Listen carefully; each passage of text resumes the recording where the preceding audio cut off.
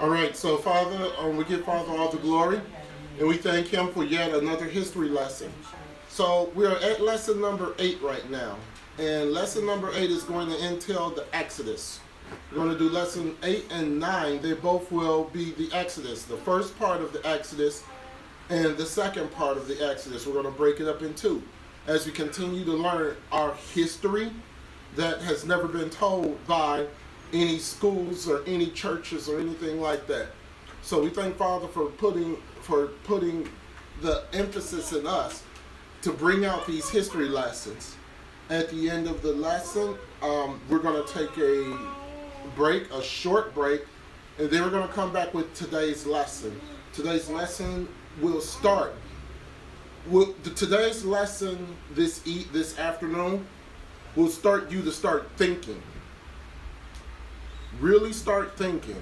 Really use the matter that's up in here. All right? These lessons will not be milk lessons. These will be meat times 2 lessons. All right? And we're going to start it with the Exodus. And we're going to get an understanding of the Exodus because there's been a few things that have been misconstrued about the Exodus from the beginning. All right? So all praises be to the Most High Higher. As we're going to start our history lesson today on the Exodus part 1. Okay?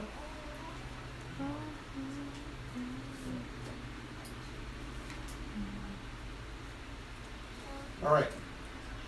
Next week, we're going to do part 2 of the Exodus as far as our history class goes. We're going to do part 2. You'll see where we leave off in part 1. Okay? The syllabus for the remaining of the classes. So as you can see, we have 1, 2, 3, 4, 5, 6, 7, 8, 9, 10, 11, 12, 13, 14 weeks to go as far as the history goes. All right? So, and, yeah, we have about 14 weeks, so this is going to take us through the summer. Joshua, we're going to learn about Joshua. We're going to learn about the wall of Jericho and what happened to Achan and all that.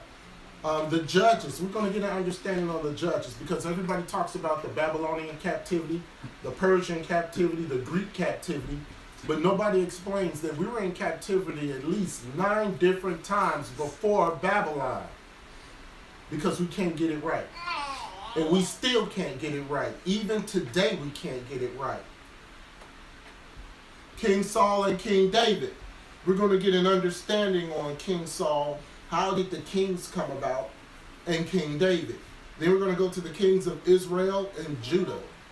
We're going to show each of the kings of Israel, and then another lesson, each of the kings of Judah. Okay? We're going to break down. Then we're going to go to the prophets of Israel and Judah. Okay? Between the Old and the New Testament lay 400 years. 400 years that are not accounted for in the Bible. Sort of. But they're accounted for. Okay? So that we're going to be heavily in the Josephus. And we're going to be heavily in the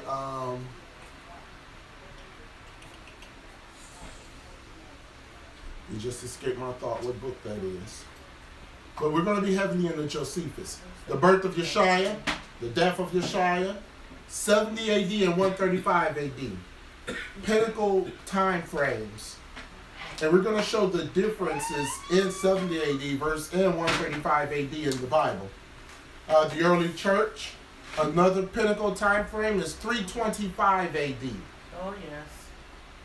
Then from 325 AD, we're going to go into the Arab slave trade. You're going to know and understand what the Arab slave trade is about. Then we're going to go to King James. A lot of things that have been said about King James that are not true. He was a homosexual. He was white. He hated his wife. He had sex with his mother. So we're going to show all that stuff that was said about King James and how possibly that couldn't be true. The American slave trade. Understand this, that the American slave trade had more to do with just the so-called Negroes. The so-called Hispanics were also put on slave ships. So-called Native Americans were also put on slave ships. And we're going to show that. And we're going to bring out the history books. All right? Exodus, the first part, we're going to set the stage. The Israelites were left. When we left off, we were in Genesis. Okay?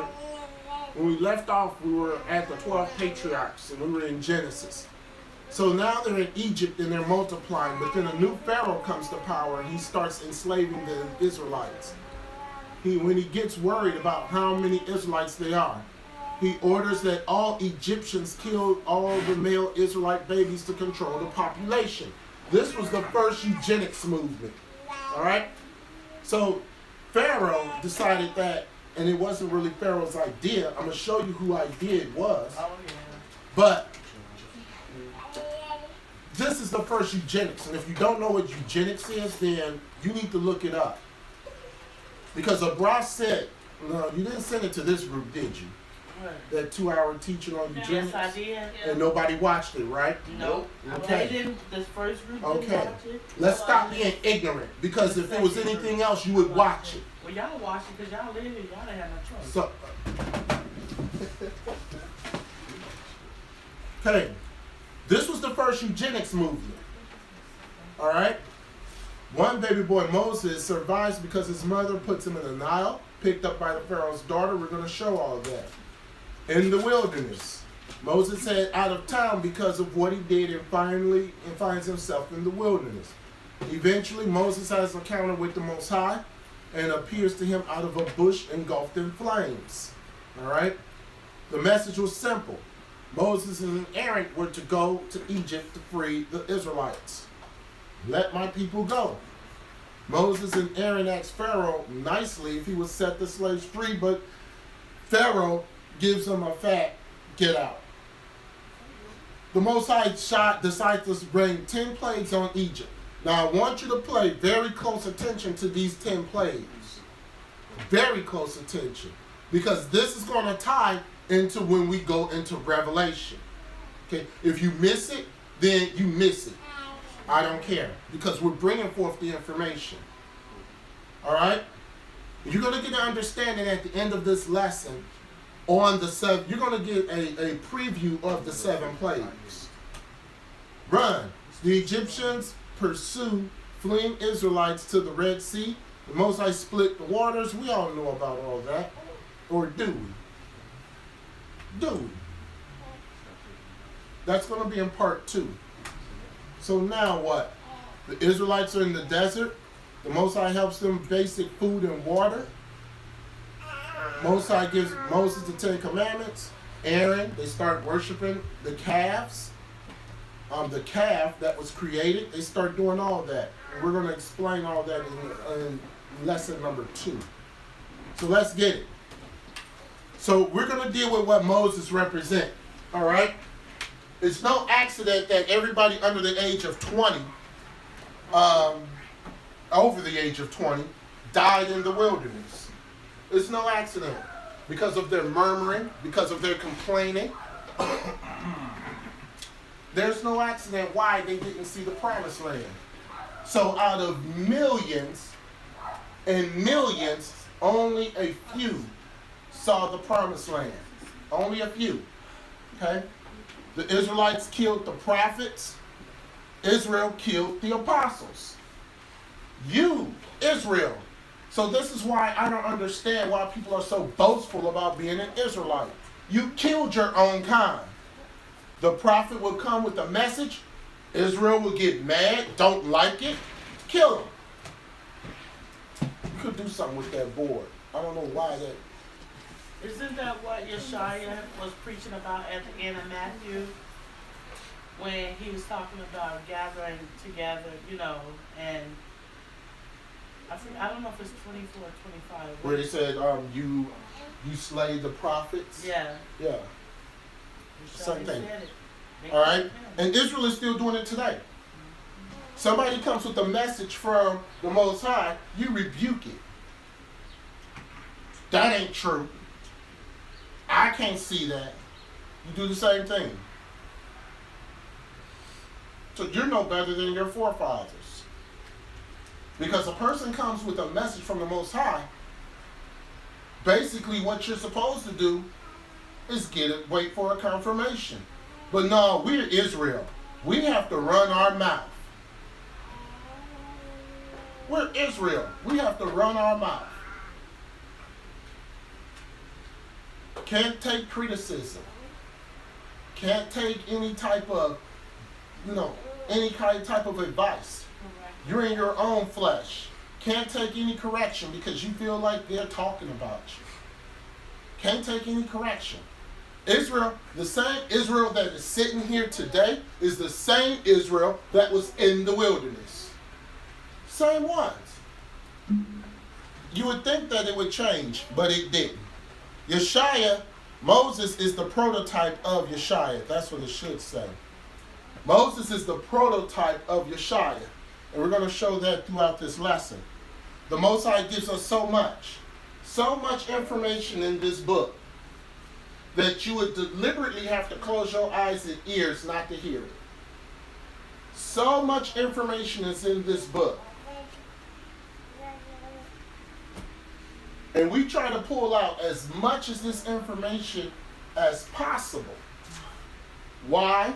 Because we don't want for the trumpet to be blaring and we're just sitting here and we're trying to stop arguments. We're trying to stop fights. We're trying to stop having brother against brother and sister against sister. That trumpet blaring and we sitting up here debating and arguing on how you should act.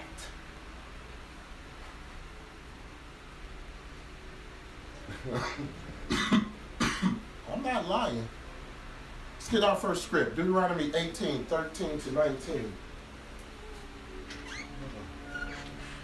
My people.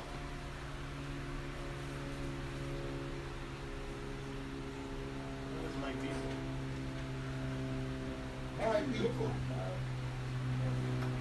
Is it possible I can have some water? My people suffer for lack of knowledge. Deuteronomy 18, 13, 19. Read. Thou shalt be perfect with the Lord thy God. For these nations which thou shalt possess hearken unto observers of times and unto diviners. But as for thee, that the Lord thy God hath not suffered thee so to do. We know what observer of times and diviners are, right? Okay. Do we? Yes. What are they? Observer of times and diviners. What are they? Psychics. Yes. Psychic. Mediums. Astrologers. Weathermen. Okay. Read. The Lord thy God will raise up unto thee a prophet from the midst of thee. A prophet from the midst of thee. Who is that? Who is the prophet that's going to be raised up? Come on. Of thy brethren, like unto me. Unto him ye shall hearken. Let's sound it with confidence. Who's the prophet? Yeshaya. No, if you... Moses! Say it. Say it with confidence. Even if you're wrong, say it with confidence. John the Baptist. That's not funny. Let's go to verse 16. According to all that thou desirest of the Lord thy God in Horeb in the day of the You're going to miss something. And I'm not going to go back. You're going to miss something. Let's start 16 from the top. According to all that... Hold there. Because this first part has been taught so wrong that it's a shame. All of Christianity says that everybody was inflicted with the plagues. It's been taught so wrong. We need to understand and know this. Read. According to all that thou desirest of the Lord thy God in Horeb in the day of the assembly, saying, Let me not hear again the voice of the Lord my God, neither let me see this great fire any more, that I die not. And the Lord said unto me, They have well spoken that which they have spoken. So what was going on here? What was going on here?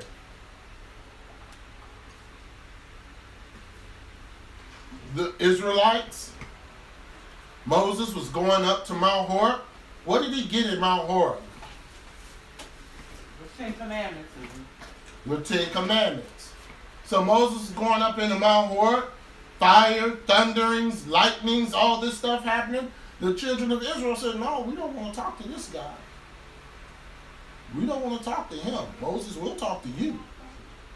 You can talk through him for us, but we don't want him coming down here. They wanted to meet him at first. Like we all think we want to. Come on. I will raise them up a prophet from among their brethren, like unto thee, and will put my words in his mouth. And he shall speak unto them all that I shall command him. Come on. And it shall come to pass, that whosoever will not hearken unto my words, which he shall speak in my name, I will require it of him. He says that whosoever will not hearken unto my words, which he shall speak in my name. This is why we were saying last week, you don't want to sin against Yeshua. Because he's speaking on the behalf of the Most High. So if he's speaking on the behalf of the Most High and you go and sin against him, you sin against the Most High, and thus you are going to be separated. But this separation just didn't start with Yeshua. This separation started well before then. The prophet is Yeshua. The diviners are psychics, mediums, mystics. If you ever went to a psychic, had a psychic reading, went to a medium, went to a palm reader, you definitely need deliverance from that. Yeah. You have what's called a Kundalini spirit. And that Kundalini spirit will manifest itself. You need deliverance from that. You need to be set free from that. Light as a feather, stiff as a board. You ever played those games? You need deliverance. That's witchcraft. That's witchcraft. Stand in front of a mirror and start chanting and saying things, thinking it's funny. You need deliverance from that.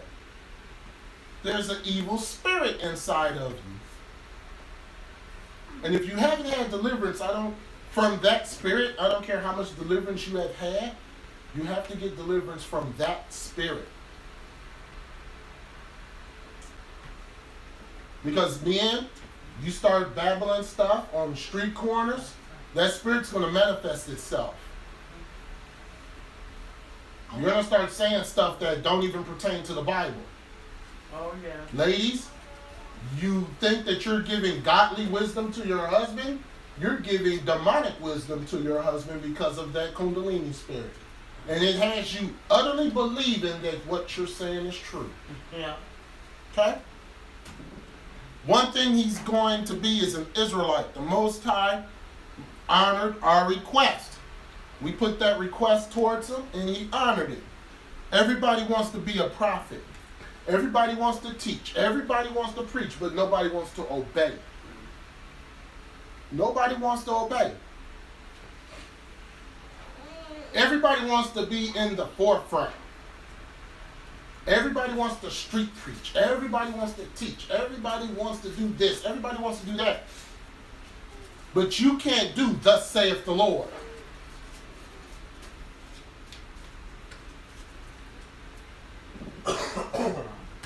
Let's start it. Exodus 1, 7 and 12.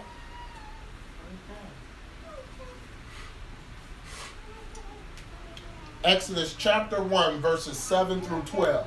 We're going to be in that book of Exodus pretty much all day today. With the exception, I have to show you something in Matthew that parallels with Exodus.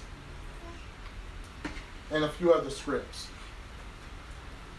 But mostly we're going to be in the first 12 chapters of Exodus. Let's read.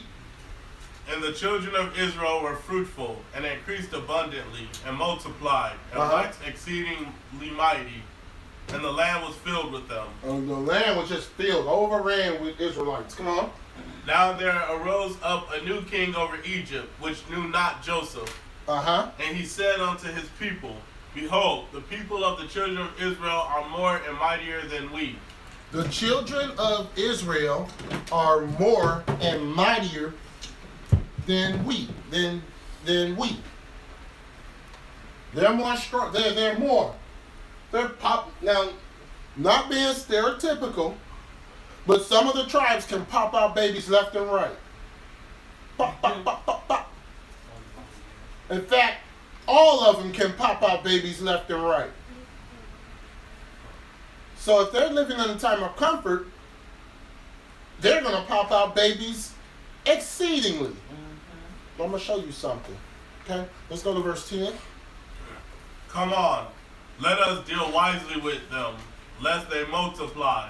And it come to pass that when there falleth out any way, they join also unto our enemies. That's war.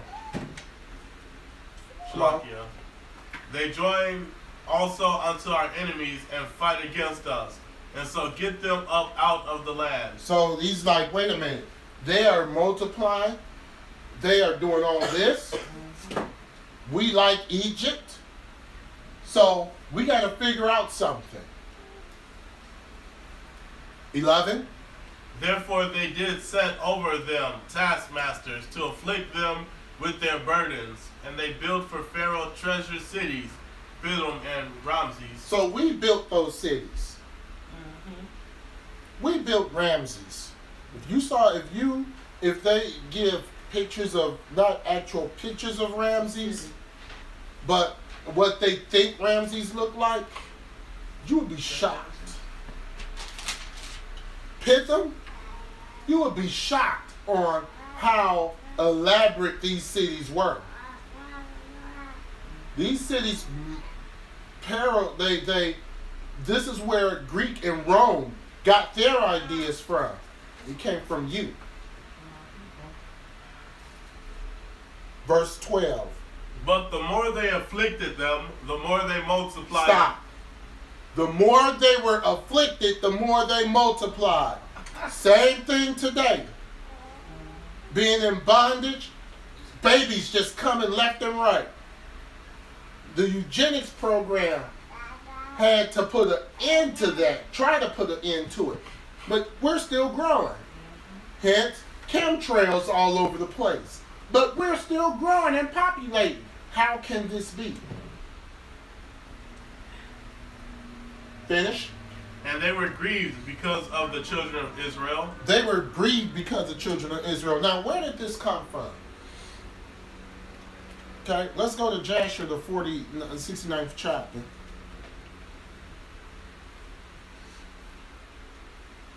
Where did we haven't talked about the murderous idea yet, okay? But we're going to get there. Let's see first where the idea came from, and then we'll go back into Exodus, the 2nd chapter.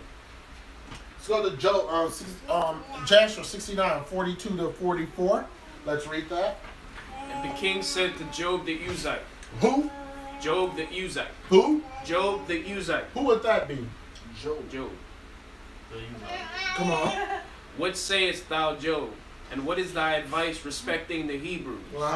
So Job said to the king, Behold, all the inhabitants of the land are in thy power. Let the king do as it seems good in his eyes. And the king said unto Balaam. Who is that? Balaam. It's not Satan. Who is that? Who's Balaam in the book of Genesis? What did he do? He was a prophet. Yeah. Come on, people. He was a prophet. Read. What dost thou say, Balaam? Speak thy word that we may hear it. Your own kind. Read. And Balaam said to the king, Of all that the king has counseled against the Hebrews will they be delivered. And the king will not be able to prevail over them with any counsel. Now, the Egyptian king did not know our history, right? He couldn't have known our history. So he's getting his information from us. Read verse 46 and you'll see. For if thou thinkest to lessen them by the flaming fire, thou canst not prevail over them. For surely their God delivered Abraham their father. Delivered Abraham. Remember that? Go ahead. From Ur of the Chaldeans. And if thou thinkest to destroy them with the sword, surely Isaac their father was Let's go back to Abraham real quick. What is Balaam talking about? He says, thou canst prevail over you, thinking less than them by the flaming fire.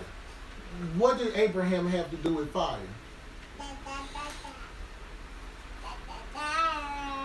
It's the fire and brimstone in the city that the Most High destroyed for Abraham. Sodom and Gomorrah, right? Surely God delivered Abraham. Read. And a ram was placed in his stead. Thou thinkest, and if thou thinkest, let's start there. And if thou thinkest to destroy them with the sword, surely Isaac their father was delivered from it. Anybody want to explain what does Balaam mean by that? That's when Abraham brought Isaac up to sacrifice him. Yes. Yeah.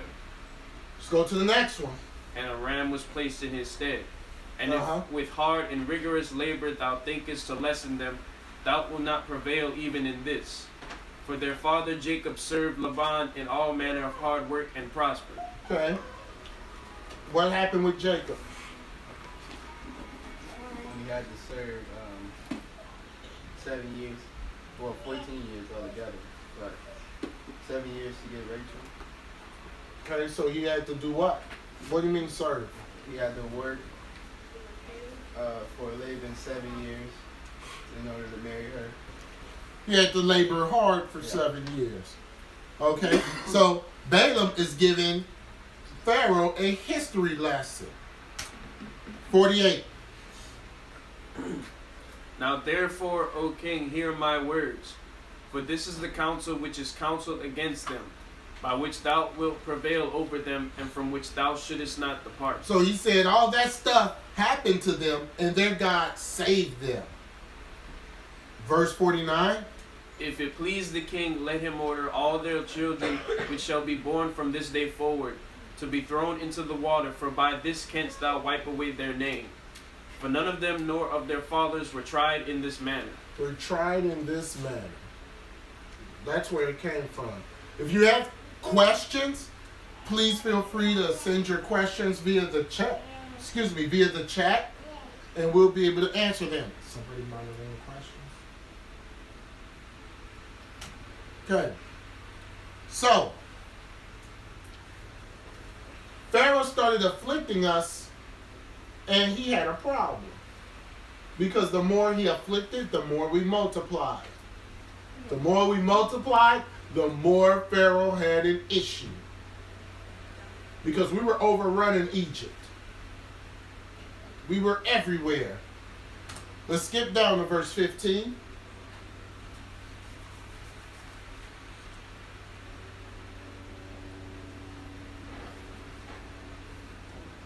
Right, let's read that. And the king of Egypt spake to the Hebrew midwives, of which the name of the one was Shapharah, and the name of the other Hua. And he said, when ye do the office of a midwife to the Hebrew women, and see them upon the stools, if it be a son, then ye shall kill him. But if it be a daughter, then she shall live. So, right there, Pharaoh went to the midwives. And he said, you know what? When you're doing your duty, if that baby comes out a male, you kill it.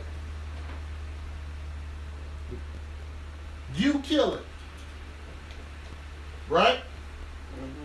Verse 17. But the midwives feared God, and did not as the king of Egypt commanded them, but saved the men, children alive. So what happened? The midwives weren't doing what Pharaoh told them to do. Pharaoh was wondering, well, wait a minute, why are all these new male babies coming out? I thought I told those midwives to kill them, right? God. This is how you kill a nation. Eugenics, Planned Parenthood, This is how you kill it.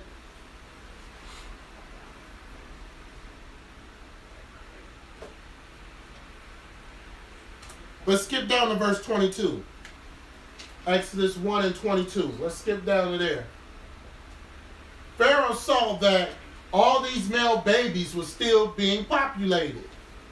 He was like, okay, so these midwives aren't going to listen to me. So this is what he did. Let's read. And Pharaoh charged all his people, saying, Every son that is born ye shall cast into the river, and every daughter ye shall save alive. That's how you kill a nation. Because the Israel, ever since the time of start of man, the bloodline has been through the man. Every time. All throughout history. So it didn't start it going, it did that teaching, that false teaching that the women, it goes through the bloodline of the women, didn't start until much later. But it has always been that the man, through the man, determines the lineage. Pharaoh knew this. Pharaoh wasn't stupid like Herod was. Pharaoh knew this, and he said, okay, kill all the males. Stop these Israelites from producing. Let the women produce, because if there's no males, the women have to produce with the Egyptians. Mm-hmm. Thus, our children will be Egyptian. So eradicate the male Israelite. What Pharaoh said, it still stands today. Women go to abortion clinics. And it's the 12 tribes. Notice that there's no Planned Parenthood in the ritzy neighborhoods. Oh, no. There's no Planned Parenthood in the quote-unquote Edom neighborhoods. They wouldn't think of murdering and butchering their children. But they'll tell you in a minute, you can't afford that child. Go to the abortion clinic. Go to the chop house. Who was the fertility stuff made for? Us. Fertility drugs. No, the fertility drugs for Esau, because they don't have babies like we do. I don't know. So, yeah, they fertilizing the eggs and all that. All right. All right. So Pharaoh went and said to his people, kill them, because these Israelites are not doing it. Let's go to Exodus chapter 2.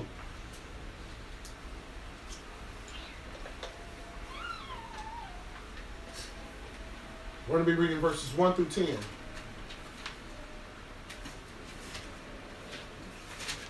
Let's read it. And there went a man of the house of Levi, and took to wife a daughter of Levi. Man of the house of Levi took a daughter of the house of Levi. Go ahead. And the woman conceived and bare a son. And when she saw him that he was a goodly child, she hid him 3 months. And when she could not longer hide him, she took for him an ark of bulrushes, and daubed it with slime and with pitch, and put the child therein, and she laid it in the flags by the river's brink. Okay, so she said that Pharaoh's not going to get my child. Pharaoh's not going to get my child. So I'm going to put my child in a river. My child is not going to be killed by Pharaoh's soldiers. Verse 4. And his sister stood afar off, to wit what would be done to him. Wit means witness. Go ahead. And the daughter of Pharaoh came down to wash herself at the river, and her maidens walked along by the river side. And when she saw the ark among the flags, she sent her maid to fetch it. And when she had opened it, she saw the child. And behold, the baby wept, and she had compassion on him, and said, This is one of the Hebrews' children. This is one of the Hebrews' children. Verse 7.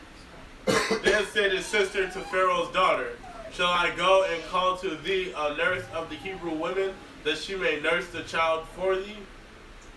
And Pharaoh's daughter said to her, Go. And the maid went and called the child's mother. And Pharaoh's daughter said unto her, Take this child away, and nurse it for me, and I will give thee thy wages. And the woman took the child and nursed it. Okay, let's go back to verse 8. Let's read verse 8 again, because I don't think anybody caught it. Read verse 8 again. And Pharaoh's daughter said to her, Go. And the maid went and called the child's mother. Now, shouldn't you be asking yourself a question right now? How did she know who the maid's mother was? How did she know who the maid's mother was? Because Child mother. the child's mother. Because all these males were supposed to be killed, right? Baby's mother. And how come she didn't get in trouble for having the 3-month-old baby when they were supposed to be gone?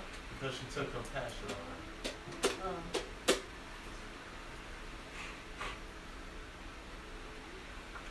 There was a huge question right there in verse 8.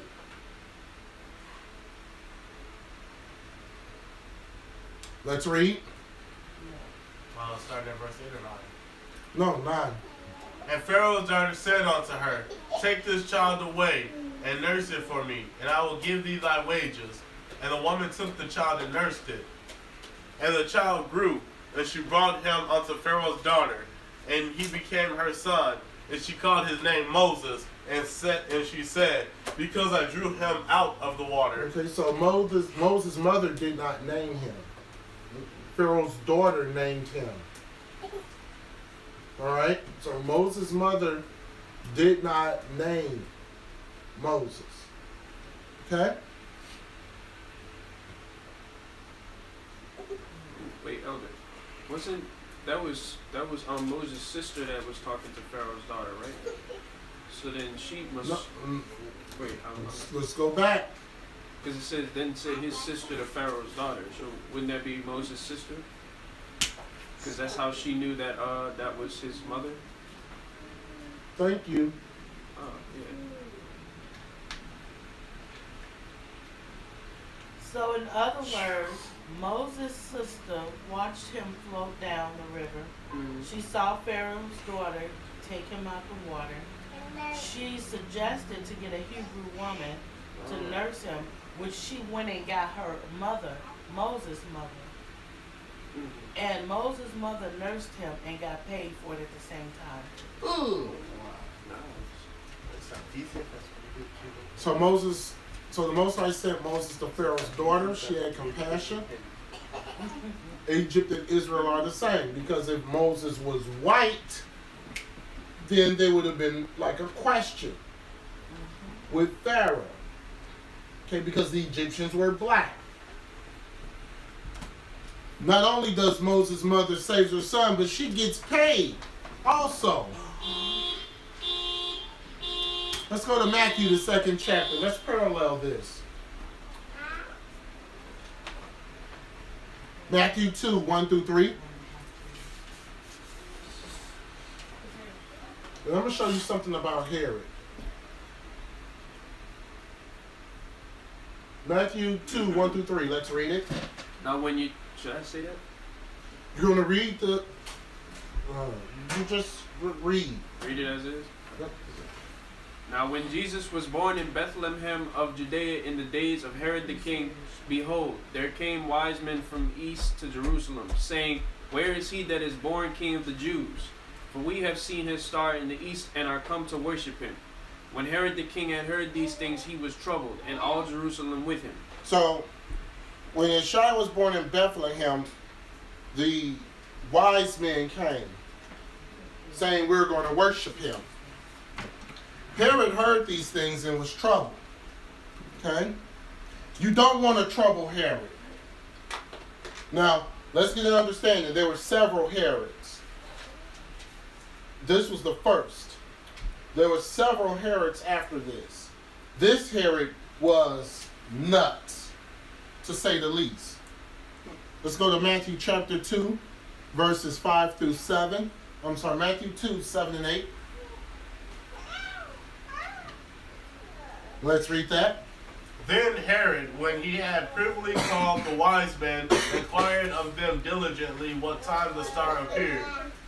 And he sent them to Bethlehem and said, Go and search diligently for young child, and when ye have found him, bring me word again that I may come and worship him also. All right, so that was the last thing Herod wanted to do. Herod was not interested in worshiping the child. Okay?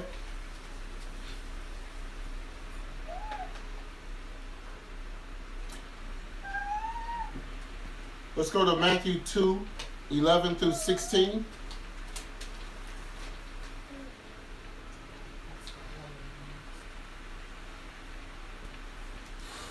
The last thing that he wanted to do was worship Yeshua. Let's read. And when they were come to the house, When they came into the what? the house, The manger. the house, The manger. the house, Nope, it's a manger. the house. The manger. They came into the house. They came into the house. They came into the house. Not a manger. What's a manger?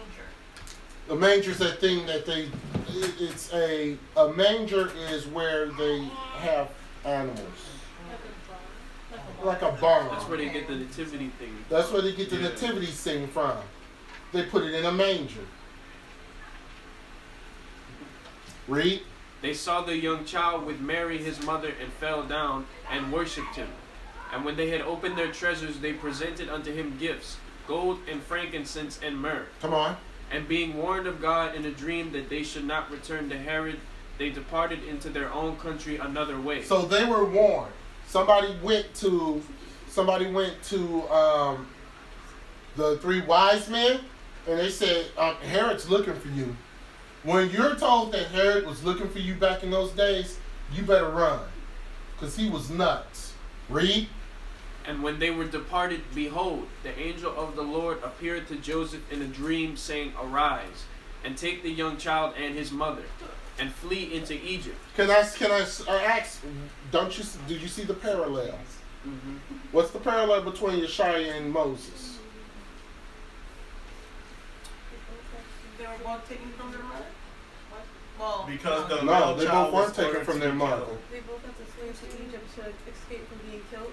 They both had to do what? They both had to flee into Egypt to escape being killed. Moses was already in Egypt. He didn't have to flee to Egypt. Or hide among the Egyptians. Moses didn't hide among the Because Egyptians. at the same time when they were born, it's like at that time they were killing the male. That's children. incorrect. We're not even there yet. Let's finish reading. Go ahead. And flee into Egypt, and be thou there until I bring thee word.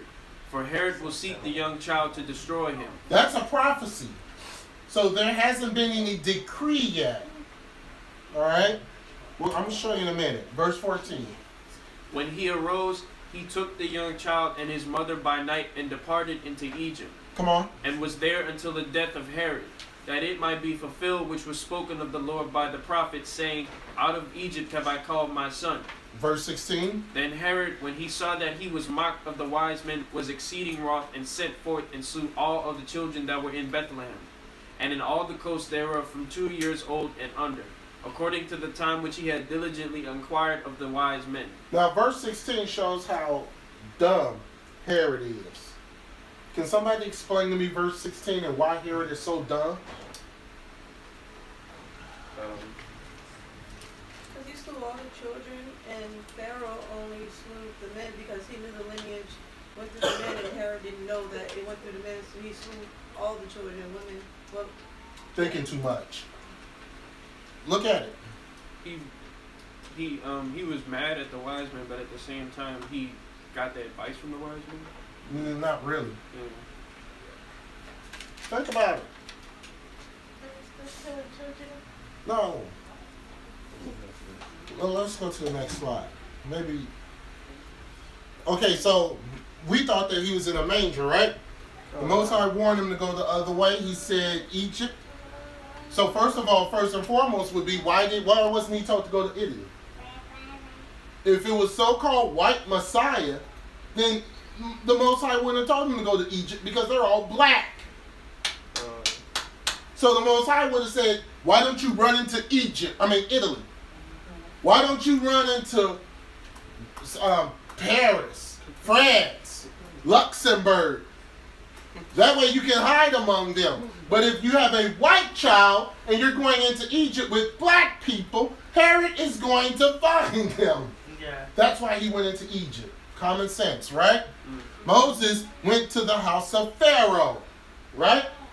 Moses was saved, he went to the house of Pharaoh. Yeshua was saved because he went into Egypt. Now you see the parallel? They both had amongst the Egyptians. No, Moses didn't hide among the Egyptians. Come on, people. Wasn't Pharaoh? Moses didn't hide among the Egyptians. Moses was in broad daylight in the Egyptians. But he would have the same complexion. He could pass for an Egyptian.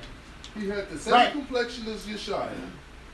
Moses didn't hide in Egypt. So Moses was not a... Yeshua hid in Egypt. Moses was on a raft. The Pharaoh's daughter came and got him. She saw that he was a male. She knew that he was an Israelite. Because how he was dressed too. So he wasn't hiding. Yeah. Okay? The one thing that I want to mention, verse 16, Herod saw that the 3 wise men mocked him. So he decided to kill children 2 years and under. That shows how ignorant Herod is because he waited 2 years for the wise men to come back. Oh, yeah. Which means No, Shai was not 3. He was not 3. He's already in. It was 2 years that the birth of Yeshua happened. He waited 2 years for the wise men to come back to him. Are we reading the verse? But we Yeah. really don't know how old Yeshua was because Yeah, we do know. at this time... At this time, we do know. How old was 2. He said he was a He was a toddler. he? Dos. Do we have to go to the book of Luke? The book of Luke says the toddler. Yeah. He was a toddler when they went into Egypt. Toddler is 2 years old. Dos. So we knew how old he was. Herod sat there and waited 2 years. He waited 2 years. Oh, wait a minute. Okay. Year number 1, they'll be back soon. Year number 2 came. Wait a minute. I think I was fooled. Oh. Let's go to Exodus chapter 2. We're going to be in verses 11 to 23. And then verse 25. So this part of Exodus, we're going to stop at the Passover.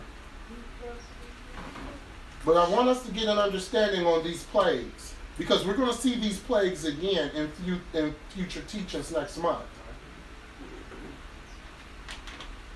If you want to know what Father's going to do to you, just look at the past. He does the same thing. He doesn't change anything up. Let's read. And it came to pass in those days when Moses was grown that he went out unto his brethren and looked on their burdens, and he spied an Egyptian smiting in Hebrew one of his brethren. So Moses was grown. He's walking the field, whatever it is that he's doing, and he sees this Egyptian beating on one of his brothers. Verse 12.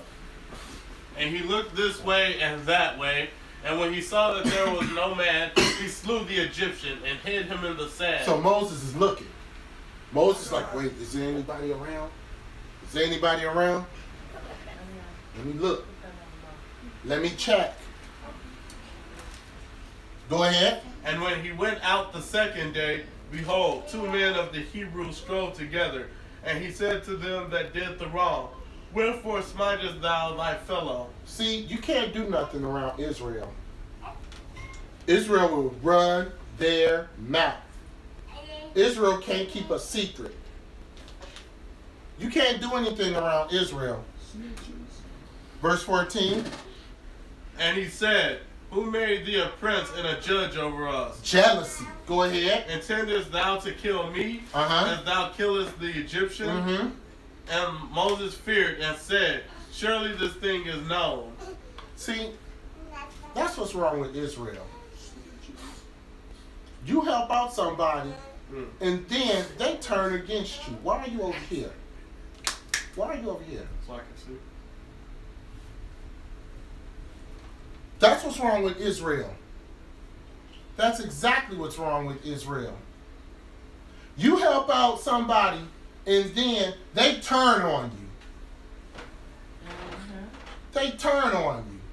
Yep. Israel is doing that same thing today. You're doing the same thing your forefathers did. Yeah, I'll help you out. Come on, let's go. Let's take care of this. Help them out, and then all of a sudden they just turn on you. Something don't happen. Well, you told me, you said, you this. Israel does it all the time. You see why it's so important to follow these laws, statutes, and commandments? Where we at? 15. Let's read it. Now when Pharaoh heard this thing, he sought to slay Moses. But Moses fled from the face of Pharaoh and dwelt in the land of Midian, and he sat down by a well. Come on. Now the priest of Midian had 7 daughters, and they came and drew water, and filled the troughs to water their father's flock. And the shepherds came and drove them away. But Moses stood up and helped them, and watered their flock. Verse 18. And when they came to rule their father, he said, How is it that ye are come so soon today? Oh, why did he ask that question? Why did he ask that question? Because Moses helped them fast. Because Moses did what? He helped them. Because Moses helped them. Okay, so what would lead us to believe that he asked that question? He doesn't know that Moses helped them, right? He doesn't know that. So what has happened in the past where he would ask that question? Because usually it will take them longer to feed. Usually it will take them longer. Right. Now we're starting to read the Bible. 19. And they said, An Egyptian delivered us out of the hand of the shepherds, and also drew water enough for us, and watered the flock. And he said unto his daughters, And where is he? Why is it that ye have left the man? Call him that he may eat bread. And Moses was content to dwell with the man, and he gave Moses Zipporah, his daughter. He gave Moses Zipporah, his daughter. Verse 22. And she bare him a son, and he called his name Gershom. For he said, I have been a stranger in a strange land. And it came to pass in process of time that the king of Egypt died, and the children of Israel sighed by reason of the bondage, and they cried, and their cry came unto God by reason of the bondage. So they started crying. They started praying even more. Because this king was even harder than the king, the Pharaoh beforehand. So he was even worse. Okay? The problem was he did it in front of the Israelites. He did that murder in front of the Israelites. If he did it with no Israelites or Egyptians, maybe he would have still been in Egypt. But you can't do anything around Israel because they can't keep a secret. Okay? Let's go to verse 24. Exodus 2, 24 and 25. Let's read that. And God heard their groaning, and God remembered his covenant with Abraham, with Isaac, and with Jacob. And God looked upon the children of Israel, and God had respect unto them. See, the Most High is going to get his way. They were in Egypt. They were doing everything in Egypt. They were in slavery in Egypt. But he's doing this for a reason. Abraham followed him. Isaac followed him. Jacob followed him.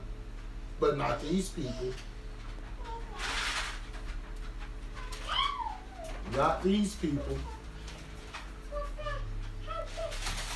After a while, the Most High said, I'm going to send them back. Let's go to Exodus chapter 3, verses 1 through 5, and then we're going to skip to verse 10.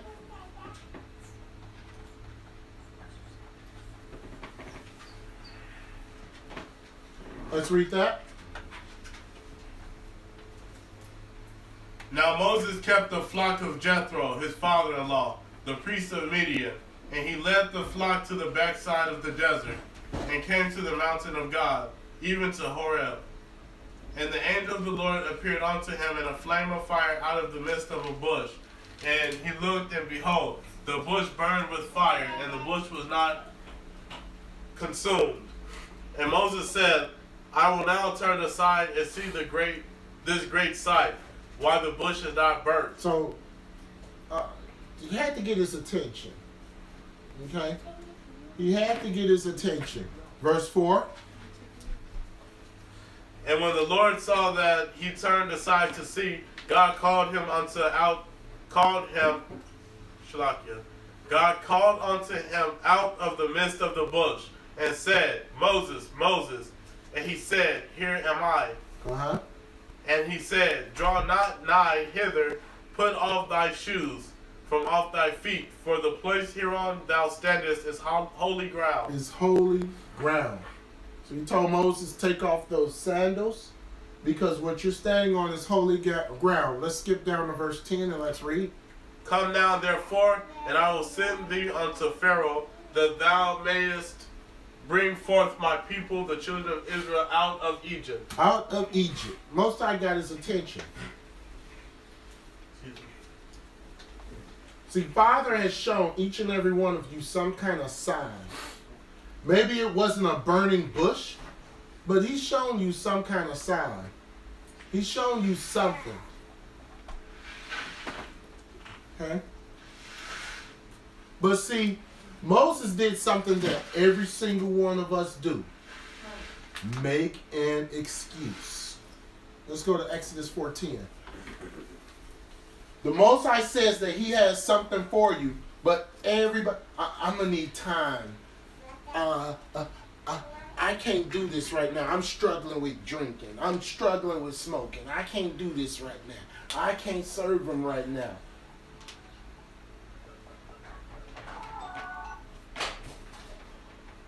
So see, thing of it is that what you do now, it's been done before. But see, Father's going to get his way. Let's read Exodus chapter 4, verse 10. And Moses said unto the Lord, O my Lord, I am not eloquent, neither heretofore, nor since thou hast spoken unto thy servant, but I am slow of speech and of a slow tongue. He said, I am slow of speech and slow of tongue. I can't do this. Excuse, excuse, excuse. Now, I'm going to show you how Father feels about excuses. So Moses talked really slow. And that can be an irritant sometimes. Sometimes you get that person, well, you know, sometimes when I'm working, I get a little tired. That's how Moses talked. Okay? But that's an excuse. Because let somebody get that person mad. Oh, yeah, I heard what he said about me. Well, wait a minute, brother. You're not the same person. No, I ain't the same person. What you talking about? I'm angry, I'm mad, I'm upset.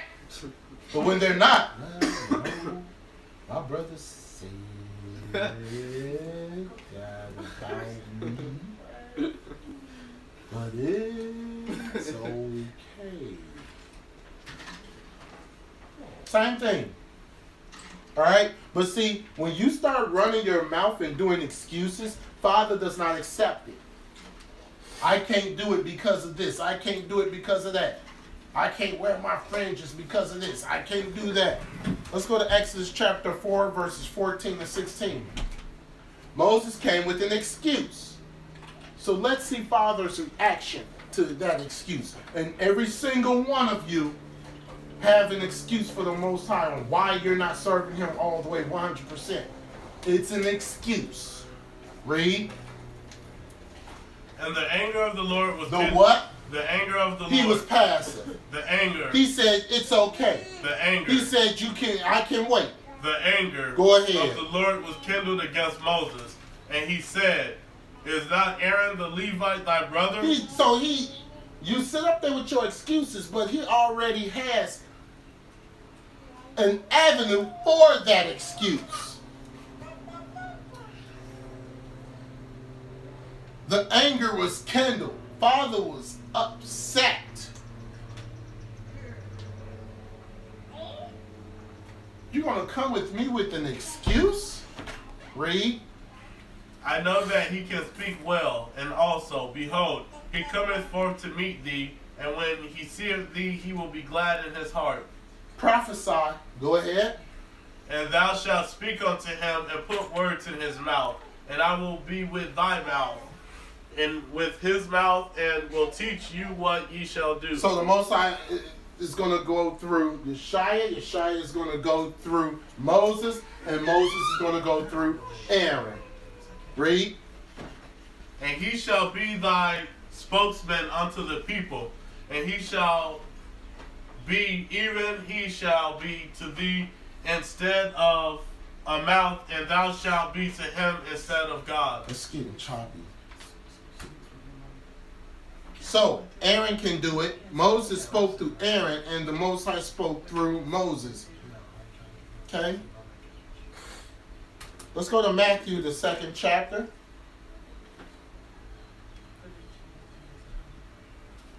Matthew 2, 19 and 20. And let's read. But when Herod was dead, behold, an angel of the Lord appeared in a dream to Joseph in Egypt, saying, Arise, and take the young child and his mother, and go into the land of Israel. For they are dead which sought the young child's life. Huh. Ain't that the same thing? Isn't that what happened with Moses? That the people who sought him were dead? No? Okay, let's continue on. Let's go to Exodus chapter 7, verses 1 through 5.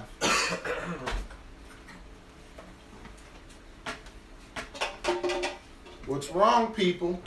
No interaction whatsoever. Exodus chapter 7, verse 1 through 5. Let's read.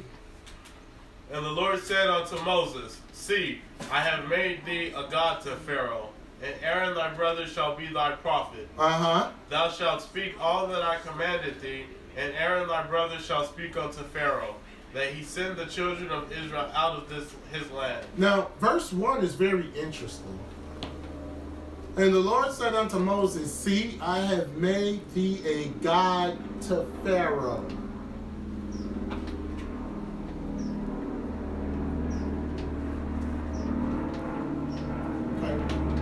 Let's continue.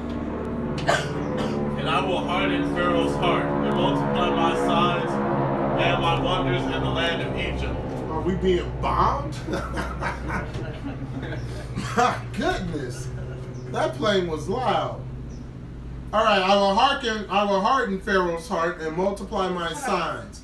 So the Most High is hardening his heart. Let's stop for a minute. We paused it. He can't see because the camera's in the way. That's why his reading is choppy.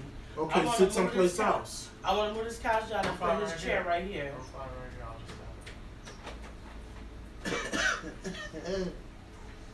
Next Shabbat, chairs are going to go up there. Whoever's reading needs to sit up there. Yes. It's time to have some order in here. I agree. So, are we going to do it now or what? Yeah, let's do it now. Me and you need to raise up. Why wait till next Shabbat? We can do it now.